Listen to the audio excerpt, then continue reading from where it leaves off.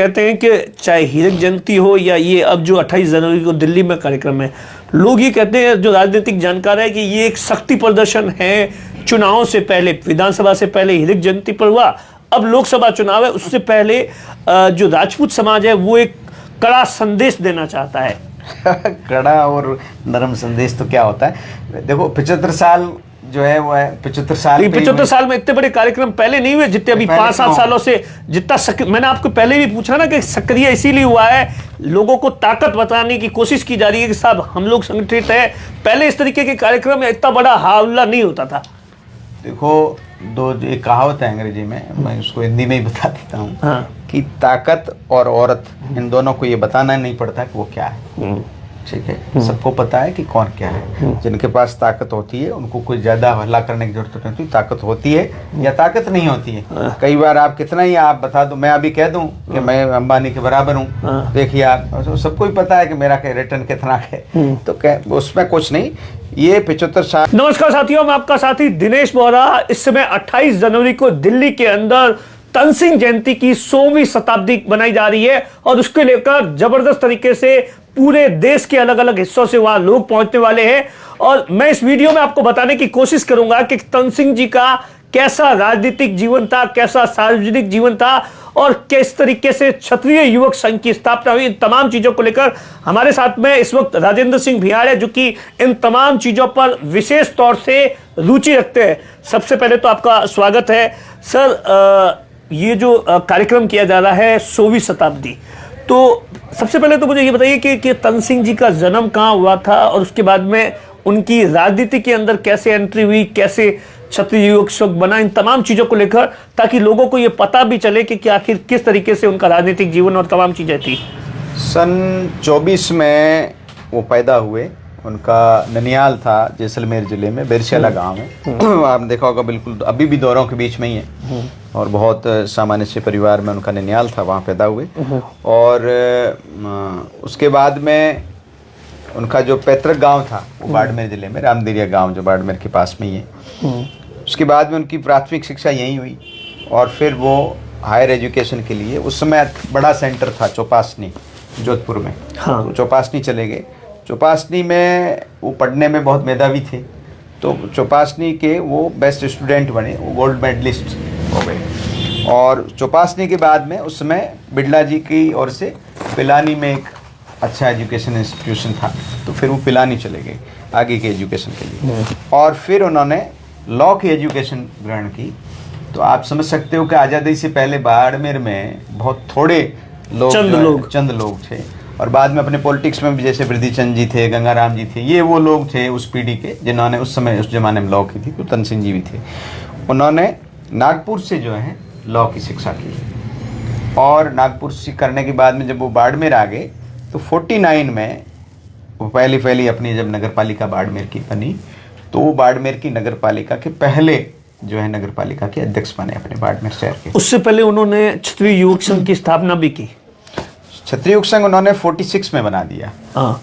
अब आप देखिए कि एक नौजवान जिसकी उम्र उस समय 20-22 वर्ष थी। हाँ। ठीक है, और देश आज़ादी की दहलीज पे खड़ा था, देश आज़ाद होने वाला था। हाँ। तो उस नौजवान के मन में एक सपना आया, एक चीज़ उस आदमी, कितनी उनकी फार साइटेडनेस मैं सोचता हूँ, कितनी दूरदर्शिता थी कि उन्होंने सोचा कि भाई देश तो आज़ाद हो जाएगा, लेकिन देश इतने वर्षों तक गुलाम क्यों रहा।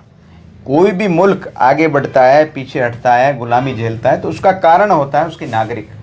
दूर देशों से आकर के अंग्रेजों ने हमारे पे राज कर दिया, दूर देशों से आकर के मुगलों ने हमारे पे राज कर लिया, उससे पहले कई वंशों ने कर दिया, और हम लोग अब आज़ादी की दहलीज पे खड़े हैं। लेकिन ये आज़ादी लंबी कैसे टिक सकती है? तब टिकेगी जब जो हमारा नागरिक वापस मजबूत हो जाए। तो उन्होंने उस नागरिक को चरित्रवान करने के लिए, नागरिक की मजबूती के लिए सन 46 में दिसंबर की 22 तारीख को क्षत्रिय युवक संघ की स्थापना कर दी। और उसके बाद से कंटिन्यूसली आपने देखा होगा, पिछली बार जो है उनकी जो संस्था बनाई हुई है उसके 75 साल जयपुर के अंदर बड़ा आयोजन हुआ। तो वो उनकी एक दूरदर्शिता थी कि देश के अंदर ठीक नागरिक बनाने का काम यदि चालू नहीं है, वो सबसे जरूरी काम है, सबसे मैंडेटरी काम है। आप देखो, इसमें आप यूँ सोचो, किसी घर में भी यदि ठीक नागरिक नहीं है तो वो घर भी नहीं चल सकता। तो उसके बाद में उन्होंने राजनीति के अंदर वो किस तरीके से, पहले नगर परिषद के चेयरमैन सभापति होंगे, पहले एमपी बने, पहले विधायक बने, वो तमाम चीज़ें उन्होंने राजनीति के अंदर उन्हें उनकी एंट्री थी वो किस प्रकार हुई और राजनीति उस समय की राजनीति कैसी हुआ करती थी? आपने तमाम किताबों या इन तमाम चीज़ों से जाना होगा। नहीं तो ऐसे क्या 52 तो पहला ही चुनाव था। हाँ। तो लोगों को पता ही नहीं था कि लोकतंत्र क्या है। हाँ। और ना आज की तरह से ये वोटिंग सिस्टम था, हाथ खड़े होकर वोट गिरते थे, बड़ा टिपिकल मामला था। पहली वोट जब गिरी तो 52 में आपको पता होना चाहिए कि जोधपुर के जो तत्कालीन हिजाइनस थे हनुमंत सिंह जी, उन्होंने अपने कुछ प्रत्याशी पूरे राजस्थान भर में खड़े किए थे। वो खुद भी चुनाव लड़े थे। तो उनका आग्रह था और उनसे भी बड़ा आग्रह था, उनके साथी भी थे, मित्र थे, जो बाद में क्षत्रिय युग संघ के उनके साथ मिलकर उन्होंने क्षत्रिय युग संघ को खूब आगे बढ़ाया। और उनके बाद में वो संघ प्रमुख भी रहे क्षत्रिय युग संघ के, आईवान सिंह जी, जो पॉलिटिकल एडवाइजर थे एचएस जोधपुर के। तो उन्होंने जो है अपनी ओर से ये कह दिया कि भाई ये तनसिंह जी यहाँ से 28 साल की उम्र में 28 साल की उम्र में। तो फिर उनको लेटर लिखा आईवान सिंह जी ने कि भाई मैंने आपकी ओर से हाँ बोल दिया। उन्होंने पहले मना कर दिया था कि मैं इसमें नहीं लड़ूंगा। वो बाई नेचर इस तरह से पॉलिटिशियन टाइप के व्यक्ति थे नहीं। तो उन्होंने कहा मैं नहीं लड़ूंगा। तो उन्होंने कहा कि मैंने हाँ दे दिए। तो फिर वो बोले कि भाई आपने जब हाँ कर दिए तो फिर मेरे ना का कोई प्रश्न नहीं उठा। ऐसे करके वो सियासत में, जिसको कहते हैं बिना मन से वो आए और 52 में बन गए। फिर 56 में जो उस समय लीडर ऑफ अपोजिशन थे विधानसभा में जसवंत सिंह जी, वो चले गए राज्यसभा में। जसवंत सिंह जी अपने वाले नहीं, जसवंत सिंह जी और थे। वो राज्यसभा में चले गए। तो उसके बाद में उनको अपोजिशन का नेता चुना गया। पहली बार में पहली विधानसभा में अपोजिशन, पहले 56 से 57 वो अपोजिशन के लीडर रहे। फिर 57 में वापस रिपीट हो गए एमएलए। फिर 62 का जब चुनाव आया तो उनको जो स्वतंत्र पार्टी की नेता थी गायत्री देवी, जयपुर की राजमाता, उन्होंने उनको टेलीग्राम भेजा कि आपको मेंबर ऑफ पार्लियामेंट लड़ाएंगे। तो उन्होंने वापस सिंपल सा जवाब दिया कि मैं चुनाव नहीं लड़ सकता, मेरे पास कोई पैसे वैसे नहीं है। हाँ। तो उन्होंने सिंपली वापस जो भी टेलीग्राम भेजा होगा और 21,000 का चेक भेज दिया।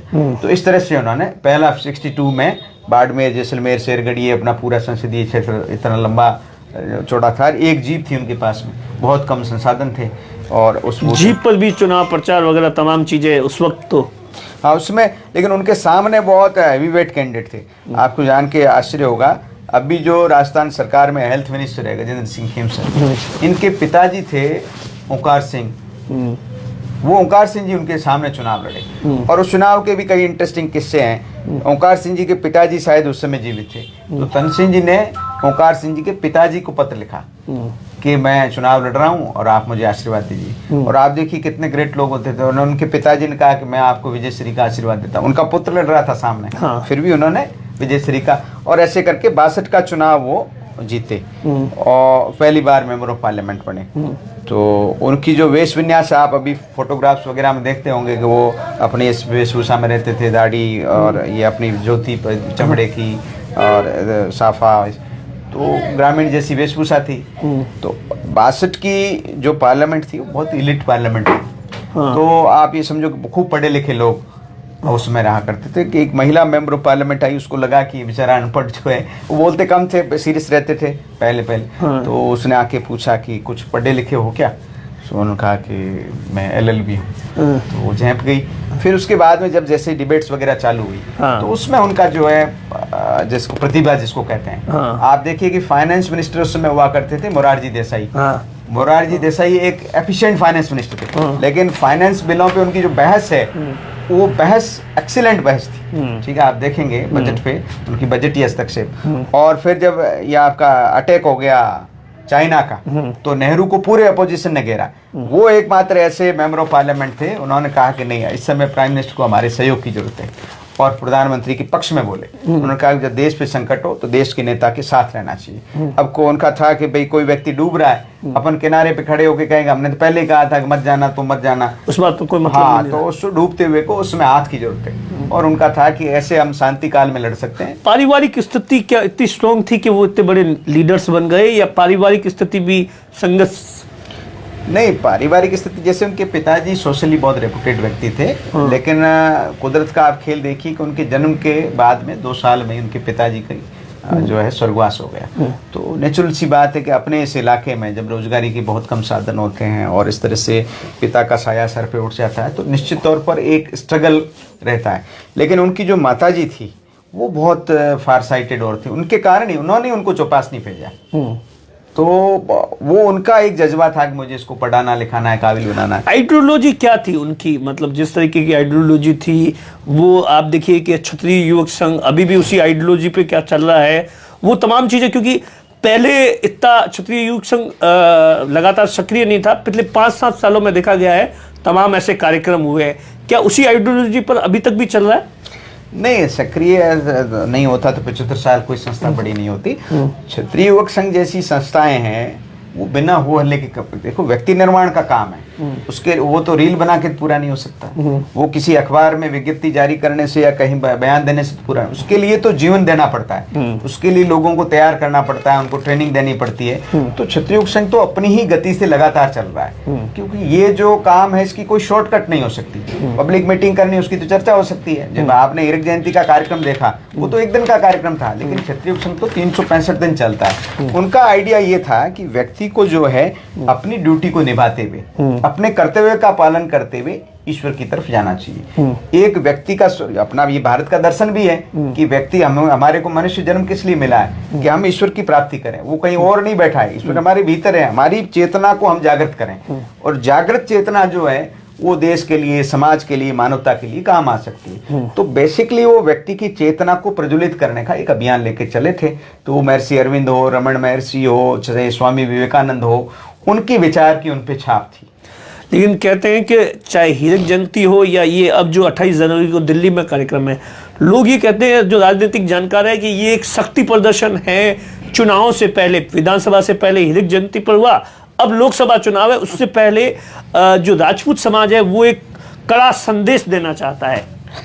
कड़ा और नरम संदेश तो क्या होता है, देखो 75 साल जो है वो है 75 साल। 75 साल में इतने बड़े कार्यक्रम पहले नहीं हुए जितने अभी 5-7 सालों से जितना मैंने आपको पहले भी पूछा ना कि सक्रिय इसीलिए हुआ है, लोगों को ताकत बताने की कोशिश की जा रही है कि साहब हम लोग संगठित है। पहले इस तरीके के कार्यक्रम में इतना बड़ा हावला नहीं होता था। देखो, एक कहावत है अंग्रेजी में, मैं उसको हिंदी में ही बता देता हूँ। हाँ। कि ताकत और औरत, इन दोनों को ये बताना नहीं पड़ता कि वो क्या है। ठीक है, सबको पता है कि कौन क्या है। जिनके पास ताकत होती है उनको कुछ ज्यादा हल्ला करने की जरूरत नहीं होती। ताकत होती है या ताकत नहीं होती है। कई बार आप कितना ही आप बता दो, मैं अभी कह दूं कि मैं अंबानी के बराबर हूँ, देखिए आप, सबको ही पता है कि मेरा रिटर्न कितना है, तो उसमें कुछ नहीं। ये 75 साल, चूंकि कोई भी संस्था जब बनती है तो उसको 75 साल पे सब संस्थाएं मनाती है, और कोई महापुरुष जिसके जीवन काल के 100 वर्ष पूरे हो जाते हैं तो उसका शताब्दी यदि वो महापुरुष है, उसको लोग याद करते हैं। तो 100वां, अभी जैसे कर्पूरी ठाकुर को भारत सरकार ने रत्न दिया, ये उनका शताब्दी समारोह, शताब्दी ईयर चल रहा है। तो जिन लोगों का समाज जीवन में योगदान होता है उनको जो है अपन ताकत परीक्षण, ये परीक्षण, इनसे अपन नहीं नाप सकते। वो लोगों की, आम जनमानस की उनके प्रति कृतज्ञता होती है कि वो उनको सालों साल याद करते हैं। और अपन देखते हैं कि 12 दिन के बाद घर वाले याद नहीं करते। ठीक है, तो वो तो व्यक्तियों की ताकत होती है जो उनके जाने के वर्षों बाद भी उनको याद करने। तो अभी क्षत्रिय युवक संघ कौन चला रहा है इस समय, किस तरीके से पूरा का पूरा मैनेज किया जा रहा है, या कौन चला रहा है उसी आइडियोलॉजी से? क्षत्रिय युवक संघ को कौन चला रहा है, वो तो क्षत्रिय युवक संघ का पूरा एक ढांचा बना हुआ है। क्षत्रिय युवक संघ में सरोज पोस्ट होती है संघ प्रमुख की। संघ प्रमुख जो पहले भगवान सिंह जी थे, अब उनके बाद में लक्ष्मण सिंह जी बेणकावास है। और उसके बाद में नीचे एक पूरी चेन है जो ठेठ आपके एक ग्राम इकाई तक थी। तो वो सारा का सारा संगठन का एक ढांचा बना हुआ है। उस संगठन के ढांचे के अनुसार से शाखाएं लगती है, शिविर लगते हैं, ट्रेनिंग कैंप्स लगते हैं, आयोजन होते हैं, स्नेह मिलन होते हैं, इस तरह के छोटे मोटे आयोजन लगातार 365 दिन चलते हैं। 28 तारीख को क्या कुछ कार्यक्रम है, और उसके लिए पिछले मैं देख रहा हूँ 2 महीने से लगातार कैंपेन भी चल रहा है? हाँ, वो सूचना देने का काम हो रहा है। कैंपेन इन सेंस कोई वोट प्राप्ति का नहीं, वो सूचना की 28 तारीख को अपने को जाना है। ये 100 वर्ष का कार्यक्रम है, लोगों तक सूचना के लिए इस तरह की यात्राएं चल। कहाँ से लोग वगैरह जुटेंगे, क्या कुछ किस तरीके से? बड़ी स्केल पर मोटा मोटी देखिए आप, ये है कि जो दिल्ली के आसपास का इलाका है वहाँ से ज़्यादा लोग रहेंगे क्योंकि वहाँ कार्यक्रम हो रहा है। लेकिन राजस्थान, गुजरात, मध्य प्रदेश, बिहार, पूरे भारतवर्ष में जहाँ जहाँ क्षत्रिय समाज है, महाराष्ट्र, साउथ में भी सब जगह से, वैसे पूरे अखिल भारतीय स्तर पर प्रतिनिधि तो सब जगह से आएंगे। राजस्थान से भी जो है लाखों लोग शामिल होंगे, लेकिन आसपास के इलाके से ज़्यादा लोग आएंगे। क्षत्रिय युवक संघ बेसिकली शिविर लगाता है, मैंने बहुत बार देखा है, बहुत तो वो क्या होता है उस शिविर के अंदर, क्या कुछ किया जाता है व्यक्ति के गुणों को लेकर, समाज के प्रति, या क्या उसकी क्वालिटीज होती है, क्या कुछ होता है? देखिए, कोई भी व्यक्ति को अपन कोई चीज़ यदि पैदा करना चाहते हैं तो हमारे भारतवर्ष में पुरानी एक परंपरा थी साधना की, और अब उसको आप अंग्रेजी में कह दो फौज जैसे ट्रेनिंग देती है, प्रशिक्षण जिसको कहते हैं। किसी भी चीज में निष्णात करने के लिए, जैसे आप पत्रकार हो तो आपको पत्रकार बनाने के लिए पत्रकारिता का भी एक प्रशिक्षण कोर्स होता है, तो ऐसे ही एक साधना के द्वारा व्यक्ति को अच्छा नागरिक बनाने का वो पूरा प्रोसेस है। सुबह 4 बजे से लेकर 10 बजे तक खेलों के माध्यम से, बौद्धिक के माध्यम से, चर्चाओं के माध्यम से, गायन के माध्यम से, अलग अलग माध्यमों से, डिबेट के माध्यम से, वो पूरे के पूरे एक उनका पूरा मेथड है, उस पर वो पूरा काम करते हैं। आप सुन रहे थे राजेंद्र सिंह बिहार को, जिन्होंने बताया तनसिंह जी का जीवन कैसा था, कैसे क्षत्रिय युवक संघ काम करता है और किस तरीके से 28 तारीख को कार्यक्रम का आयोजन किया जा रहा है। कैमरे के पीछे नाथू सिंह है, मैं आपका साथी दिनेश बोहरा।